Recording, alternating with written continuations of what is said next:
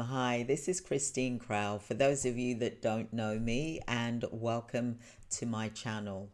Today, I want to really talk about some things that's really we need to start looking at the different aspects, whether you're in the US and whether you're in the UK or wherever you are in the world, for example. So today's video is about the top government contracting business tips for beginners. It it's not necessarily for beginners, but I think with 2025, the beginning of the year, we need to start looking at what strategies we're using and looking at these new strategies that's now coming to to the forefront. Really, we're hearing a lot of changes being made, so we need to be realistic, because at the end of the day, we can't control the government and what the government decides to do. We got to go along with it until there is a change, for example. So we've got to look at what can we do as a business to enable us to get some contracts. And I want you to stay tuned, because I want you to stay till the end, because I'm going to be giving you some really good information that I've been researching and investigating and questioning as well. Now, I'm going to be starting a podcast next month, for example, and I'm going to have some experts on there as well. That's going to really help business owners as well as healthcare businesses as well. Because at the end of the day, a business is a business, and we all want contracts. We all want clients, don't we, for example? So I'm going to go into today's training, which is how to get your business with contracts, and this is giving you some tips as well. And I'm going to go more and more into contracts and training here on YouTube, because like I said, I've been on YouTube since 2013, and I want to be able to share some new things with you that I've heard and seen recently, for example. So today we are talking about how you can, as a business owner, as an entrepreneur, as a healthcare business owner, for example, you can still start, scale, and succeed in winning government contracts. Whether you're working with an organization who already has NHS contracts, or another organization who's got government contracts, you could be looking at subcontracting, for example. Now, there are some stipulations with the NHS in the UK. They don't like people to be that's already working in a hospital to go into a hospital to do to be whether you're a nurse or healthcare worker, for example. They don't like that. So that's something that I'm noticing recently as well, due to the legislations that are being produced, even though they started talking about this last year, for example. So today I'm going to be really going into introducing you into the guide to looking at bidding for government contracts. Now, we all think that government contracts, when it comes to NHS, what is the first thing that we think of? If you're in the UK, if you're watching this from the UK, what do you think it is when we say government contracts? You all seem to think that it's to provide nurses and it's to provide healthcare workers, for example, CNAs, for example. Well, that's not necessarily the case.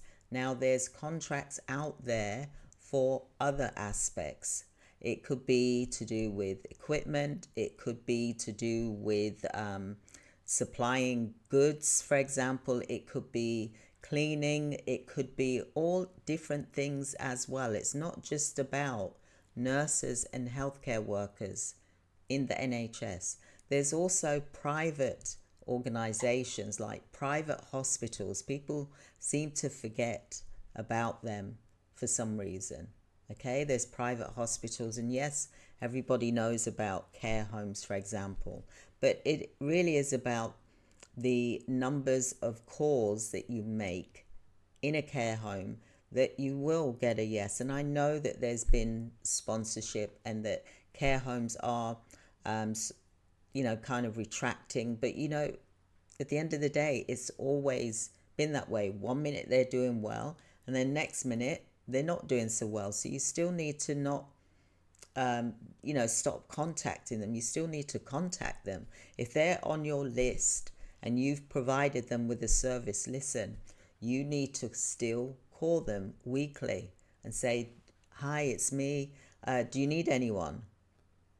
Are you covered? Let them know that you're there. Let them know that you're there to support them, because they could be going through an issue with someone who was sponsored and possibly not able to work for them anymore, or has left. And there's all different reasons, for example, or they might be off sick.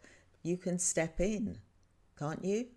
So give it a go. Even though some of you may have lost a contract, or a client is not using you like they was before, that still doesn't mean to say they're not going to use you again. And listen, if you keep calling and keep showing up, guess who they're going to think of when they do need someone quick? And they're going to think of you. And then you back in the door again.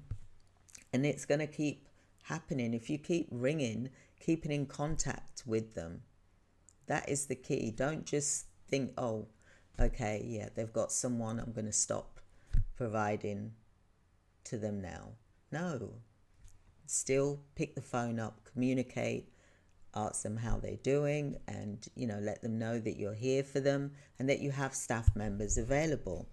That is one thing that I really want to stress to you, to not stop what you're doing. You still got to ring. That's part of your position. If you are a recruiter, for example, in your calling, then go out. Like I said, go out, meet your communities, talk with them, see what's going on, speak even with the NHS to see what is going on. They will tell you that they're possibly not allowed to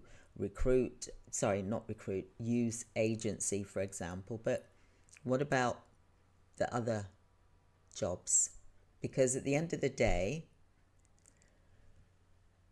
you also want income coming in, right? So if there is a government contract, which is NHS contract, which is not to do with healthcare, for example, in terms of, nurses or healthcare workers, then look at what else you can provide for them. Apply for those. They're still viable contracts. As a matter of fact, they're more viable and less stress. It's less stress than, dealing with loads of staff members, for example. So think about that. And I wanted to point that out to you, for example. Try pivoting slightly and see what else you can supply. Okay, so that's one of the things. Don't forget, like I said, don't forget the private clients, because private clients still need you.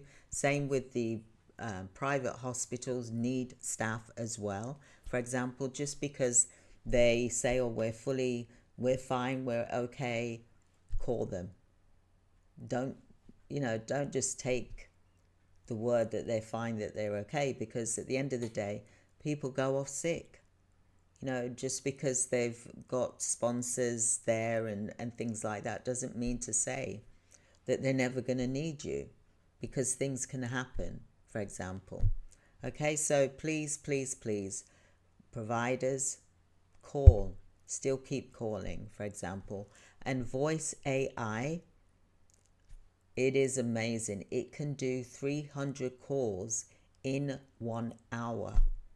So that means in a day, 2,400 calls can be made, for example. Even more than that, tell you the truth. But yeah, I'm just being, if it's from 9 to 5, for example. So the voice AI can make those calls for you. Then that leaves your recruiters to be able to go out and communicate like what humans should be doing. We should be connecting and talking to those that are going to be able to give you work.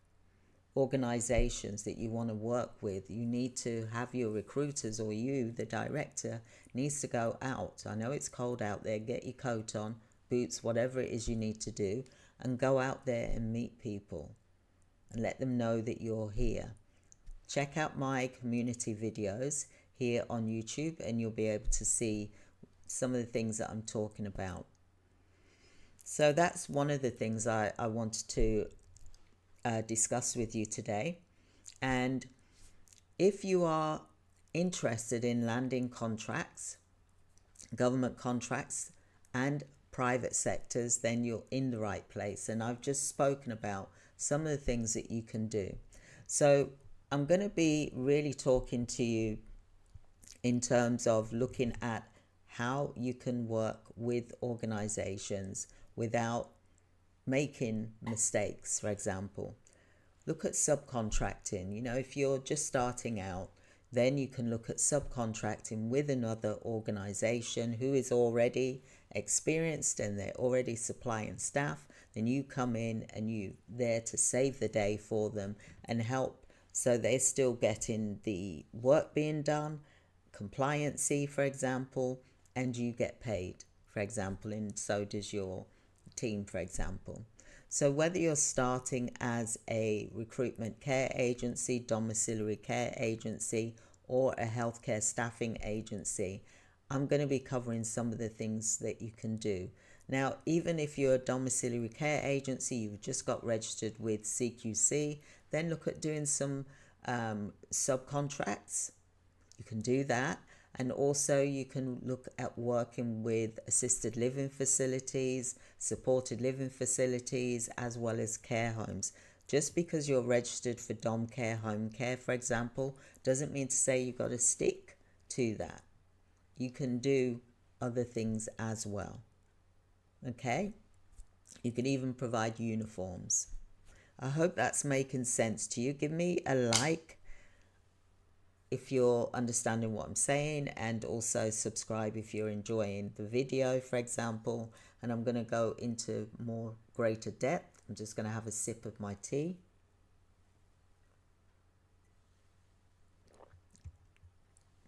So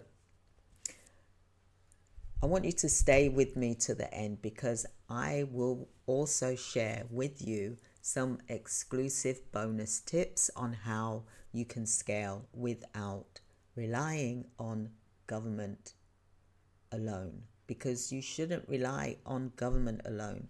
Don't do what I did. I relied on government alone. When I had my care agencies, and I've been in healthcare for over 35 years now, for example, I had about 90, I would say probably 95% was government contracts that I had, and I had multiple ones in the UK, for example. Now, the recession hit, for example, in 2008, I believe it was, and that's when the council said, look, we're going to have to reduce the rate that we pay you. It's the government. You can't argue with the government, for example. And I'm sure you can all see this already. You're probably seeing it for yourselves now.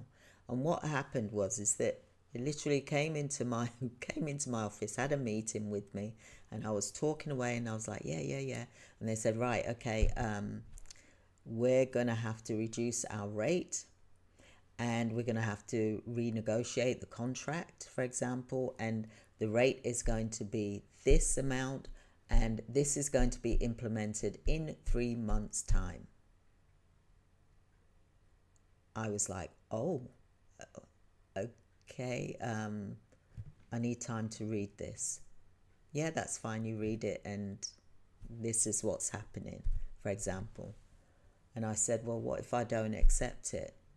Then they said, well, you have to accept it. I said, no, I don't have to accept it. She said, well, you signed a contract. I said, but you've changed the contract. She said, but it was in the small print, Christine. So I was like, okay, all right, I'll read it later. So always do not rely on one income source, because if that organization or that group of organization, and this still refers to care homes as well, because you could have multiple care homes who are a group of care homes that suddenly make a decision, for example, to maybe not use you anymore. I don't know if any of you have experienced that already, maybe not want to use you anymore because, they've got a cheaper supplier. Someone's undercut you, for example, and that can happen as well. Although you may have a signed contract, it doesn't say that they must be with you for 3 years or 5 years. Okay, so do not put all your eggs in one basket. And this is what I'm saying to you, especially now that I think things are even, it's like the 3 recessions in one is happening right now, for example. And, at the end of the day, what I can say to you is look at how you can still function and how you can still be profitable, okay? Because you've got the increase, the inflation, all of these things. And this is why I'm talking about so much about AI automation tools in your business, because you need to start planning. Like I was saying to you last year, I started talking about this in September last year, that you need to start planning now. And that was last year in September. If you go back to my playlist where I talk about the CEO challenges, for example, 30-day CEO challenges, and I also talked about business recovery, okay, because you've got to start doing it immediately. You should have done it from last year. If you haven't, then you need to work on it now. And this is why I'm talking so much about AI automation tools in your business, so that you can keep your head above water. It's not like when I had my healthcare businesses many years ago, 3 recessions, we didn't have AI. It was literally hard work, blood, sweat, and tears. Literally, you were working long hours. And I love care, don't get me wrong. I love care. I love to serve the clients, for example. And that was my main focus, was the clients. We always delivered 150% care, because that was my number one priority. Money was not my number one priority, and it should have been, but it wasn't. That's just me. And I'm not going to regret what I've done. And that is, I provided the best care. I was known for the best care agency, for example, or care home, for example. I provided excellence. My standards were so high, and that's really what I cared about. I would have done it for free. As a matter of fact, I did do quite a lot for free. Okay. So think about, in terms of your contracts, look at, if you're struggling to get contracts in a certain sector, for example, then look at what else you can provide. There's other contracts out there that need your services. You could provide food, you can provide aprons, you can provide uniforms, you can provide equipment, you can, even the tubes that go on catheter bags, you can provide those things. You can provide catheter bags, you can provide cleaning equipment for the hospitals. There's lots of contracts out there that you can get that is just the same as providing a workforce. Or you're providing a workforce, then they need to be highly skilled, like really highly skilled. Okay, so scientists, AI specialists, things like that will get you contracts in today's market, for example, where you will be like, how can I say it? Your chance will be huge to get those contracts, and you also get funding. Although there's funding, 250,000 in the UK for healthcare, that's covered in there as well. But to really stand out, that's what you need to do. It's time to look at what you can do, pivot, but also you got to look at how you can save money so that when well, inflation's here, let's face it. It was meant to start in April, but it's already started. We can all see it if you're in the UK or America or wherever you are, for example, you can see the inflation. You can see things have gone up, food has gone up, everything is going up, for example. Okay? So this is why I'm doing this training, to try and get you to try and think about, how can I get this money in for my organization? You can increase what you've got, or you can look at AI automation, for example, that will deal with the repetitive tasks, the things, the mundane tasks, for example, and then your key staff are the ones delivering the service in the community, for example, but also you've got your management team also communicating with the clients, because communication is key. Going out to visit clients or going out to visit your community, finding out what the needs are in that community by talking to the community centers, the community, the age concern, for example, all the different organizations that relate to whoever it is that you're serving, for example. So let's look at this a bit further, okay? So what you need to do, the first thing that you really need to do and learn how to do is to build a database. I've got a video here. You've got to look through my videos, and I'll mention I'll put the link in the description for you to be able to click it and you'll see it. Okay, so how to build a database. You've got to build a database of your potential clients and have that as your key focus, your strategy. So, because you need to be able to find buyers, who your buyers are, because you're the supplier. You need to look at the buyers list. You need to look at your procurement portals, for example, and also any key contracts, for example, commissioners. Just keep contacting them. I know it's hard to get through to them, but they are some that you can get through to because they are available. Okay, so where do you find these contracts and private healthcare contracts? So in regards to this, they are bidding portals. There's contract portals, procurement portals they call them, or if you want to be international, then there's international portals. You're allowed to be international. You can provide a service, for example, but not necessarily if you're international. You can do it where you're providing the staff that are in that location, for example, to provide that service. Okay, so there's plenty of bidding portals out there. There really is, right? So the next thing that I want to talk to you about is you must be able to present your company professionally. So you'll need to look at to include your proposals, your business presentation, and you need to create a business presentation. And I am going to go through some training about how to create a business presentation for 2025 that is going to get you work, for example, okay, because things are changing slightly.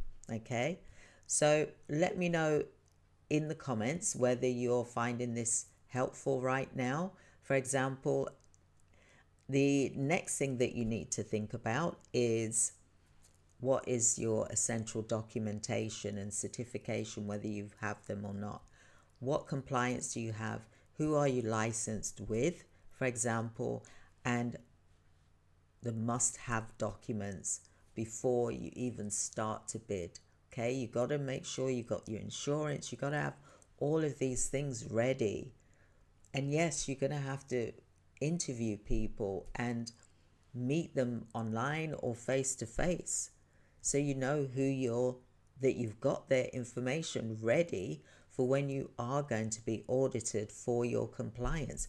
Otherwise, it's like it's like the story, the is it the chicken before the egg kind of scenario. You got to get these things ready, whether you think it's a waste of time or not. When that organization is ready for you, right? Because sometimes you're on a contract portal, and then they're going to say, right, I want to see your compliance documents. What you're going to start doing, running around asking people for their compliance documents when you should have had them in the beginning before you even gave them a job offer as a temporary worker, for example, unless you're doing permanent placement. Now that is a good one as I'm speaking to you. Permanent placement, placing staff members permanently with an organization is a really good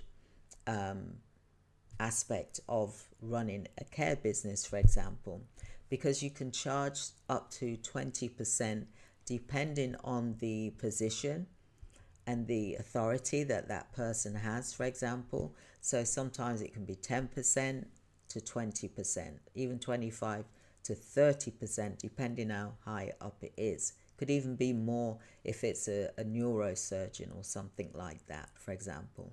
So why not look at permanent placements? Okay, you got the temporary placement, maybe it's not going so well for you. Then look at placing staff permanently where you're getting paid a commission. So for example, if you place someone, I'm going to say a nurse, 35,000 a year, for example, and you charge 10%, that's 3,500. You imagine if you place 4 nurses a month, for example, that's 14,000 a month, and you're not manning them. All you got to do is get their paperwork together, ready for the potential employee, and book them in for an interview. You obviously make sure that they're going to meet the criteria of the job description, and that's another video for another day. And then you're then going to speak with the potential client to say you've got the perfect candidate. Do you want me to send over the CV? But when you send the CV over, you take out all of the information that can identify the candidate, because they could, not saying that they would, but they could go behind your back and just take them, then they haven't got to pay you 3,500. So be careful of that. So make sure you get the terms of business signed, whether you're providing temporary or permanent placements, for example. So the next thing that you need to have is insurance. Your insurance policy needs to be in place. Avoiding mistakes you need to really look at making sure you got the right insurance cover for government contracts, because they will tell you what the limits are, what they want you to have in order to work with them, and you have to have it. And then you provide all of the information, for example. It's like you go for a job interview and you've been shortlisted. Yeah. Then you've been shortlisted, and then you've got to, present yourself again. And then they say, yeah, that's great. We'll use you when we are ready, for example, depending on what tier you are. So sometimes they can do contracts and it's a particular tier, like tier 1, tier 2, tier 3, for example. And this is why it's so important that you are always looking and searching for contracts every single day. You're the provider. You've got to really empower yourself to look for those contracts every day, and you will get stronger and stronger and stronger so that you will be able to continue in your business, for example. Okay, so like I said, the insurance is key. You can get a quote to begin with, but if the company wants to see that you've got the insurance, because that's part of their compliance, that they can't say, well, you've got the contract without the insurance. Because when you're applying for a contract, you're basically saying you are ready to start work tomorrow or even today. As soon as you submit it, you're ready on that day. That's what you're saying to the buyer. And they could take it literally, and you haven't got everything ready. And then they'll contact you and say, right, okay, you're going to start tomorrow. And then you're going to be like, oh,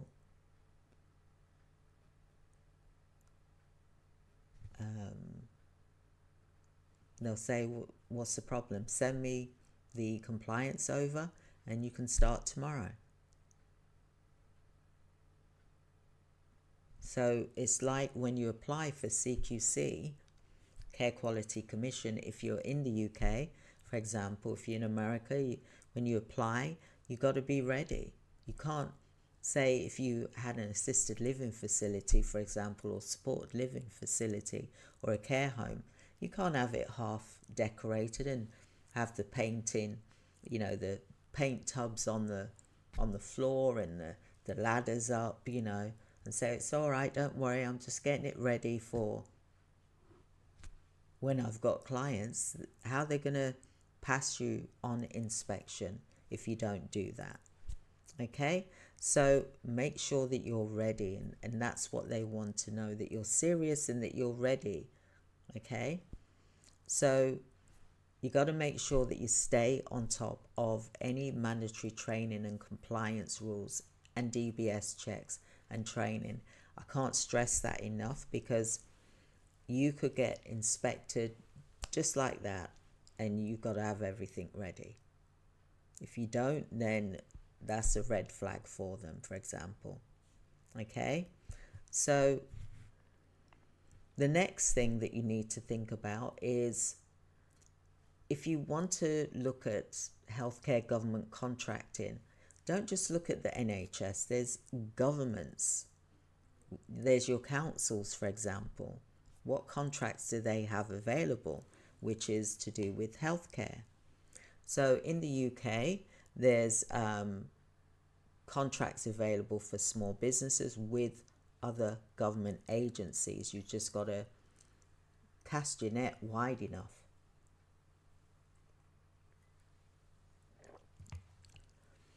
Some of them don't come straight away. Some of them run in like 3-4 month cycles, where they're like, right, okay, we're taking people on now.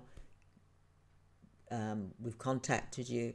And sometimes, and you may need to check your emails, even in your junk, because they can go into your junk if you've applied, for example. Things can go into your junk. And sometimes they'll say, you've got 7 days to respond. And if you don't respond within that 7 days, they will pass it on to someone else, because they haven't got time to waste. They need to get that care covered. So you got to always check your email every single day and look in your junk folder, look in your clutter folder, because in my emails I've got clutter and junk as well as my inbox. So there's 3 things. Okay, so check it out. If you're with Microsoft, it could be that for you as well. Okay, so the next thing that you need to think about as well is look for opportunities that are for SMEs, and it'll say woman-owned business, for example, and it can be, how can I say it? It can be like in the small business's favor, for example, if you are looking to work with the private sector. That's where I would be focusing on right now, is private sector. I'd be homing in on private sector. I really would, because at the end of the day, you get paid more as well. It's all right having these government contracts, but if you've got government contracts and it's thousands of hours, for example, and you're manning all of the staff, for example, that's more, takes more maintenance than dealing with permanent placements, for example. It also, when you're looking at private contracts, for example, you're getting paid more, but you're doing less hours and less stress. So think about what is good for you in 2025. If you like the stress, if you like the thousands and thousands of hours, for example, and the continuous compliance regulations, and you've got the meetings, provider meetings and things like that on a weekly or 2 weekly basis, or once a month, for example, depending on how many contracts you've got.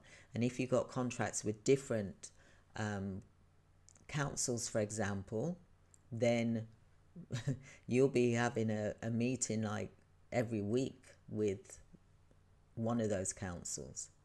So you can be quite busy when you're dealing with thousands of hours. So try and make 2025 a year for you to plan how you truly want your care business to run. How do you want it to run? Do you want to just focus on private clients? And the private clients, when you're looking at that, in terms of what we do, is we have to email, for example, commissioners every single day, and that's how we have to do it when we're looking at that, as well as there's the private organizations as well. Okay, and the organizations that deal with elderly, it depends whether you're looking after the elderly or adults, for example. That's where you need to go and speak. Like I said, build your community, go out there and build and speak to people, get to know who they are, for example, in order for you to win those contracts. You got to be consistent. You can't just do it once and then, I'm not going to bother anymore, I didn't get anywhere. You got to go out like at minimum 3 times a week, and you literally, it's like you're knocking on the doors if you want to do it that way, for example. Or you get voice AI, and voice AI can do 300 calls for you an hour, and then they get the appointments booked for you, and then you recruiter or you go out and close the sale, for example, and get the contract signed. Although AI can do that, it's always nice to meet someone as well.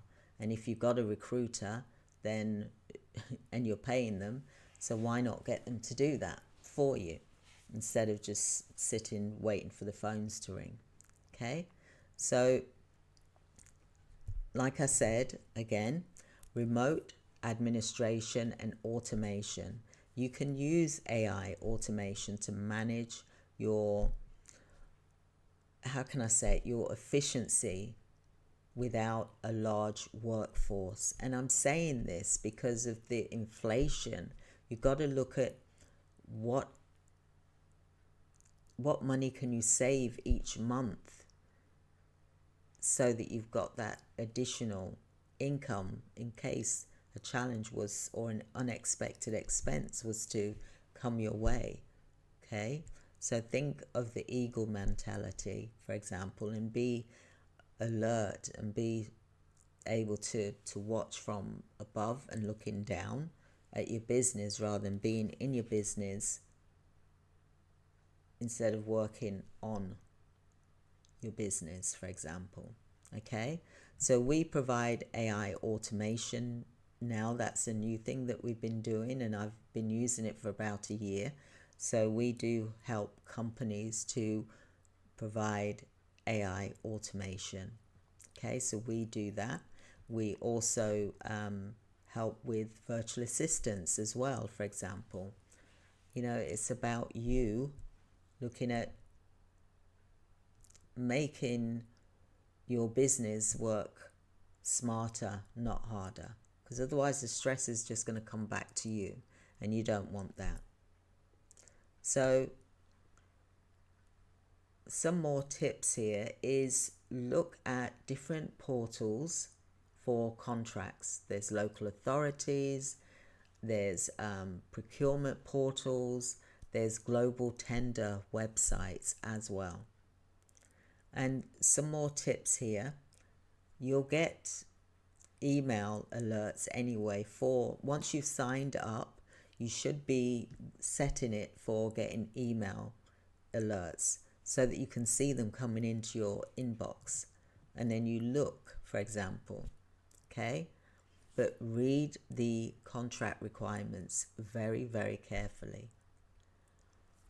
Many beginners fail because they bid without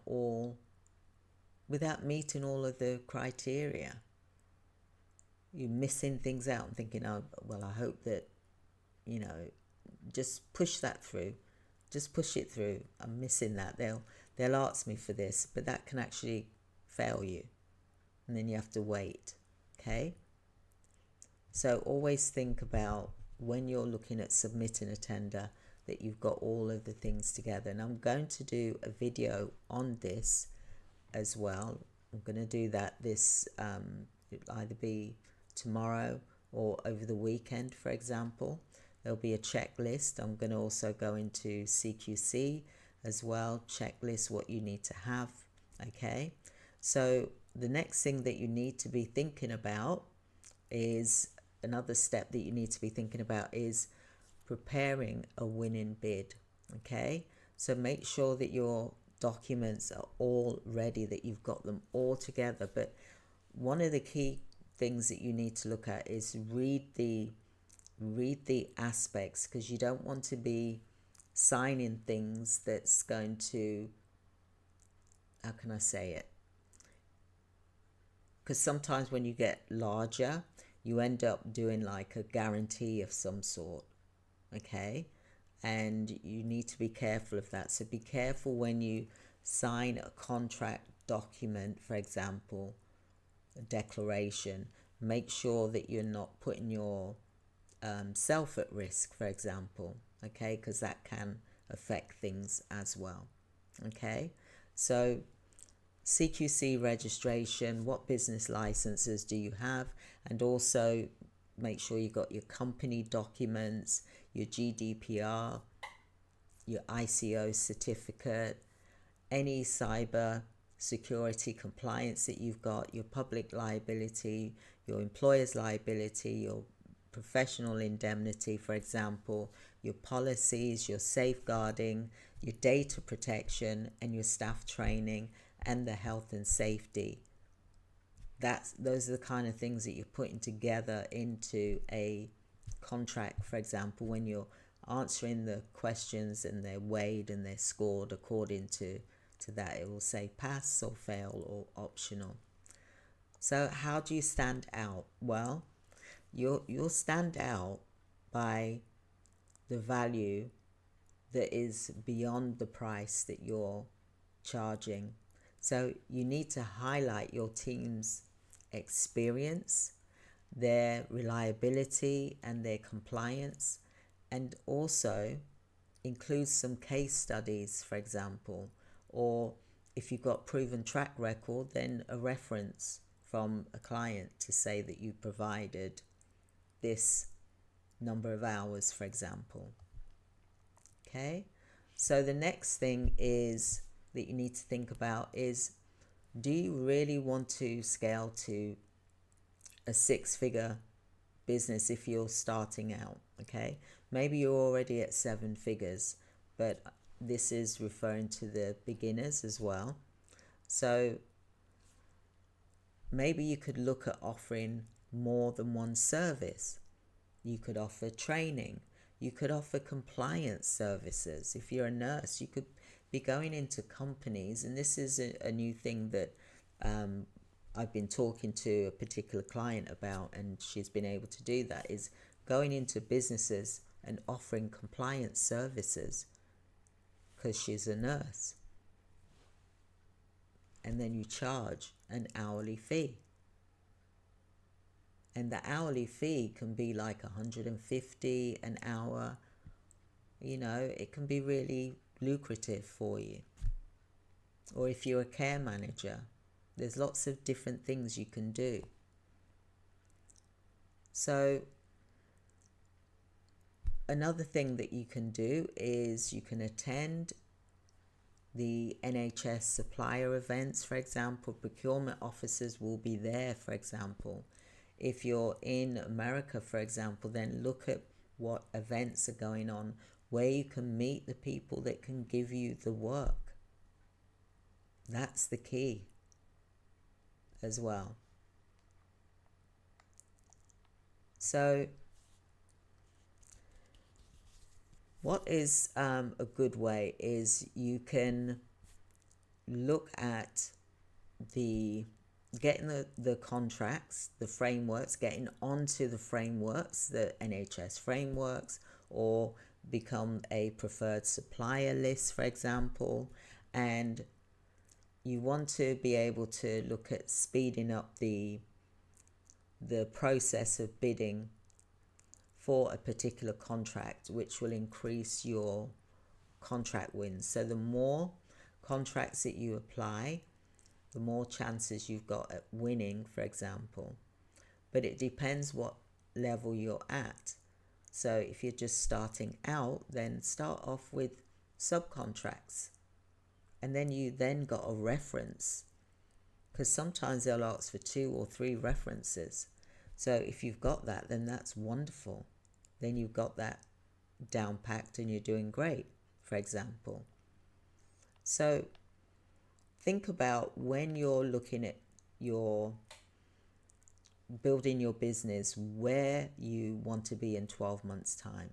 What is the income that you want to earn? Is it 6 figures? Is it a 6-figure income that you want to earn? That is realistic, for example. So usually I always say to people, don't just rush into things, because things can get out of hand. Yeah. And then it ends up becoming stressful. And then you end up getting stressed, and then you could end up being burnt out, or your manager could be burnt out. So you don't want to do that. So try and grow your business in a way that's controllable, for example. So what I always say to people is look at your first year being, say, $300,000 for example. I said $300 there. That's not much, is it, for a year? So $300,000 for the first year, and then you want to increase your business by 25 to 30% year on year. You always got to be increasing your business.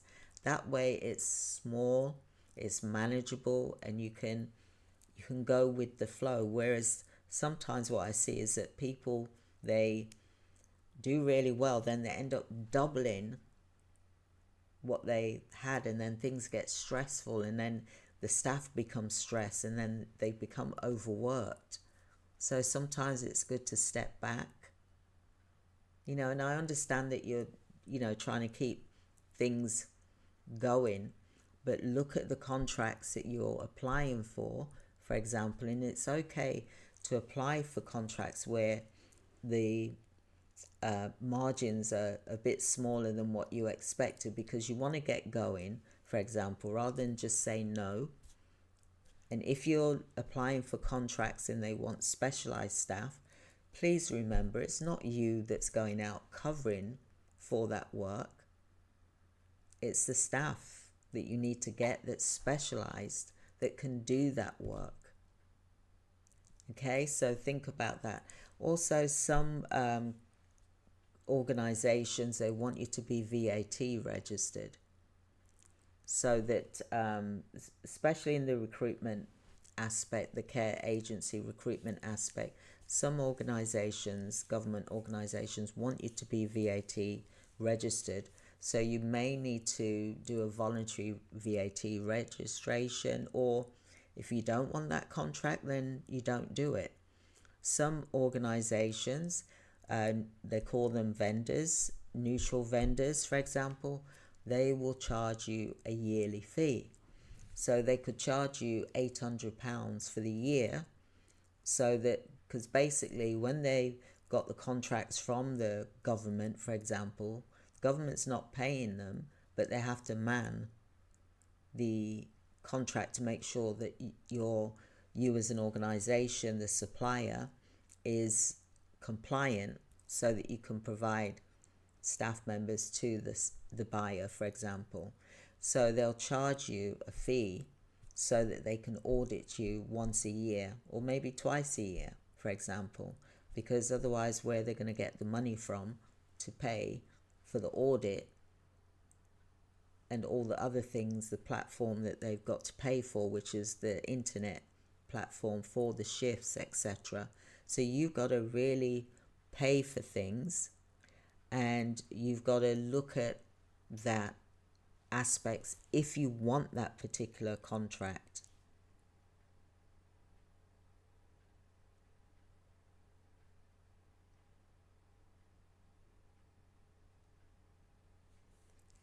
Yeah, so in terms of the care homes, like I said, you've got to keep calling them. But what I would also do is 2 to 3 days out the week, I wouldn't just be stuck in the office.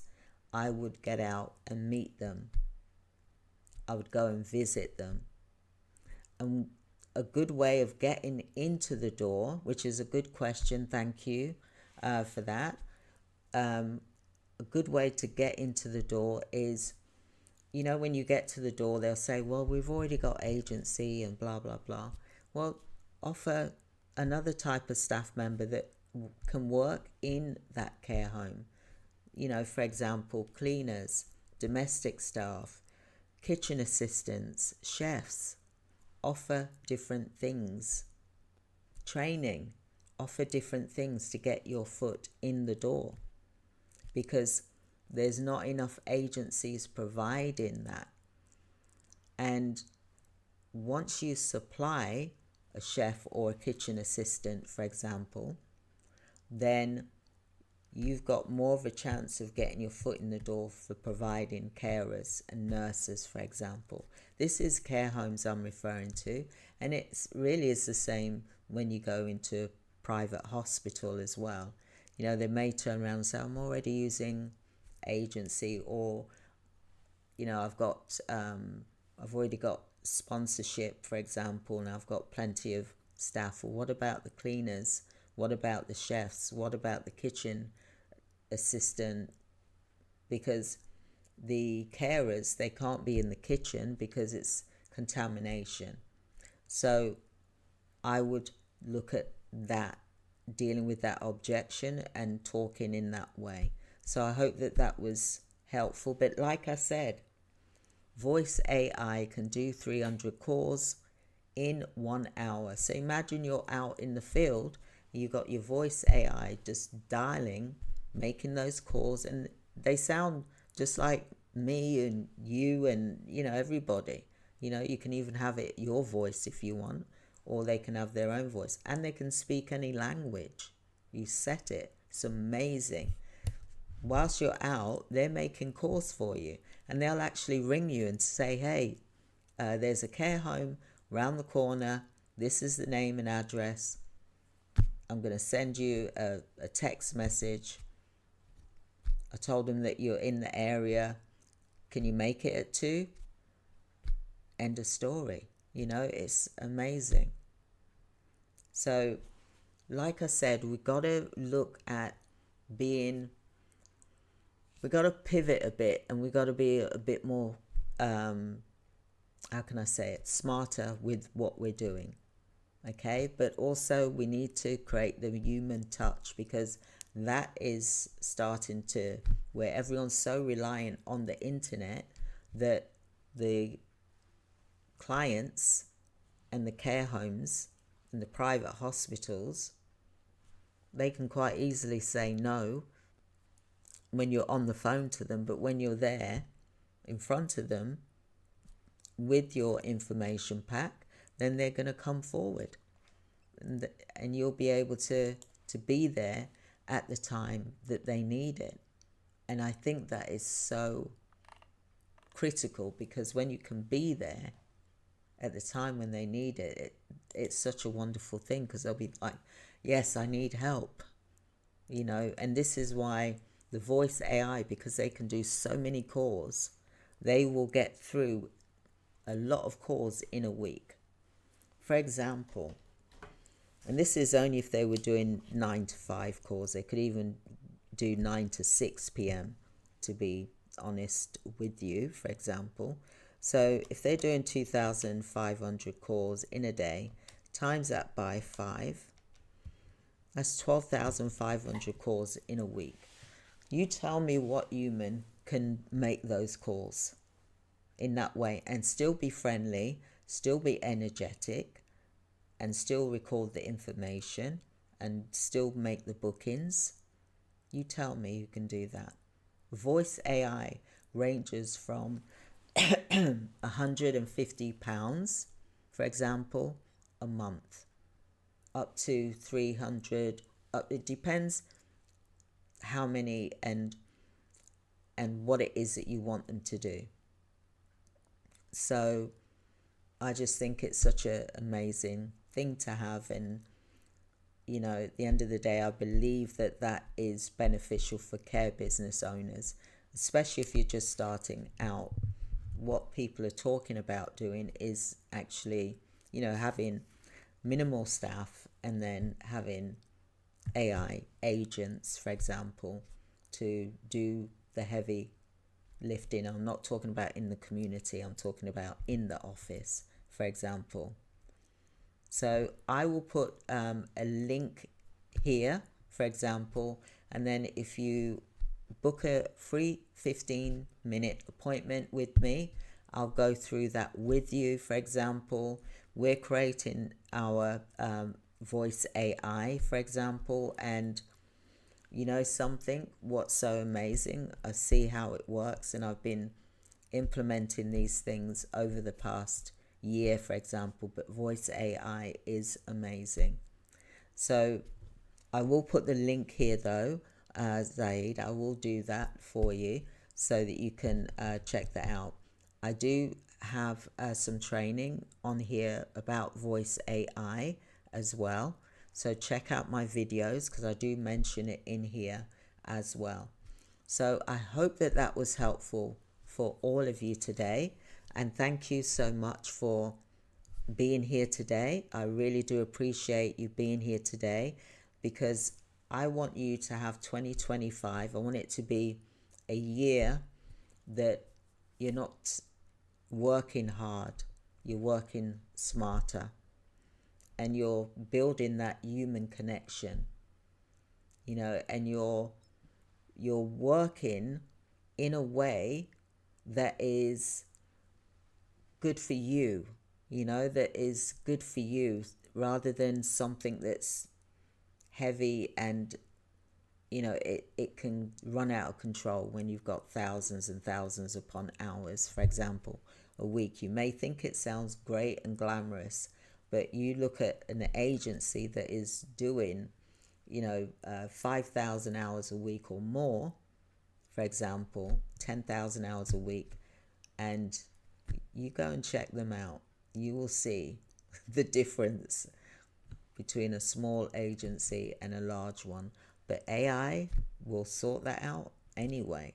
So things have changed now for small, medium, and large companies, as well as micros and startups as well. So make sure that you listen to the videos, for example, that I've got in my channel.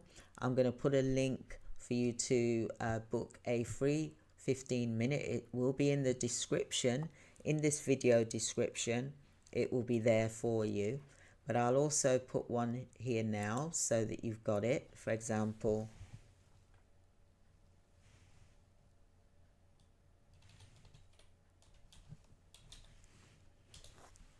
and then it's easy, you can see it and then just click it and then book an appointment with me, and I'll be able to go through it with you because it is amazing.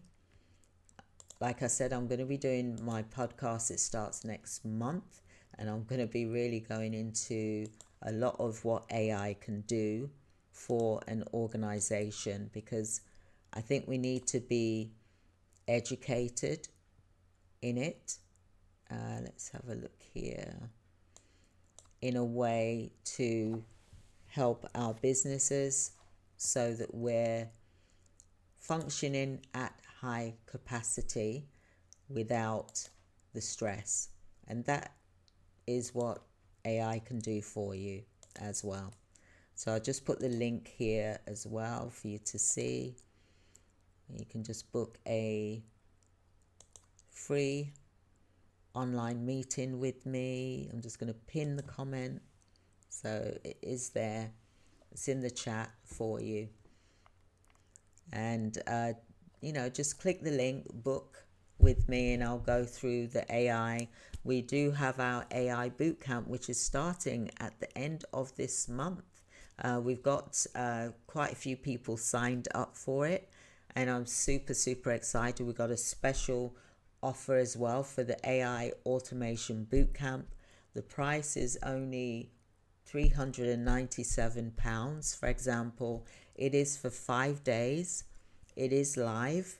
It's online. It's between 9 and 5 p.m., for example. But you also get the recording as well as the how to implement it as well. And we're going to have some guests on here at the bootcamp to talk about the implementation and what it can do for your organization and how you can train it as well. So I hope that that's been hopeful. I hope that that's been helpful for you today, and have a wonderful evening, everyone. And thank you so much for your subscribing, for your likes. I really do appreciate it. No matter what type of business that you're in, we need to look at what type of contracts that you're going for, as well as looking at introducing AI. And that's what we are specialized in, is AI automation for healthcare businesses, but also we can do it for other businesses as well. It's not a problem. And I hope that you'll be able to get to know what AI can do for you in your business, because for me it's been a game changer, and it's just freed up my time so much, and I really do appreciate having AI in the business because it has helped. So thank you so much, everyone. Have a wonderful, wonderful evening. Let me know in the comments if you've got any questions, and I'll answer it. For example, like I said, check out my videos. I've got the playlist, which is the AI tools, for example. I think there's about 3 playlists to do with AI. So check them out. Check out the community section as well as all the other videos that I have as well. But do book a free 15-minute appointment with me. I'd love to talk to you about voice AI as well as AI. It can do so much for you. So thank you, everyone. I hope you have a wonderful evening, and I will be here live tomorrow at 7 p.m. UK time. That's 2 p.m. New York, Atlanta time as well, to give you that difference. Have a wonderful evening. Yes, of course. Yes. So the link, what will happen when you do click and book the link, for example, then an email will be sent to you, and then you join the meeting link, and it will be Zoom, for example. So yes, you can do that. All right. So I hope that was helpful to you. Thank you so much. Thank you. I appreciate you all. Have a wonderful evening, and I look forward to speaking with you tomorrow. Tomorrow I'm going to be going into a bit more contracting as well as CQC, what you should have ready for CQC preparation or when you're being inspected. So have a wonderful day, everyone. Take care. Speak to you tomorrow. Bye. Thank you.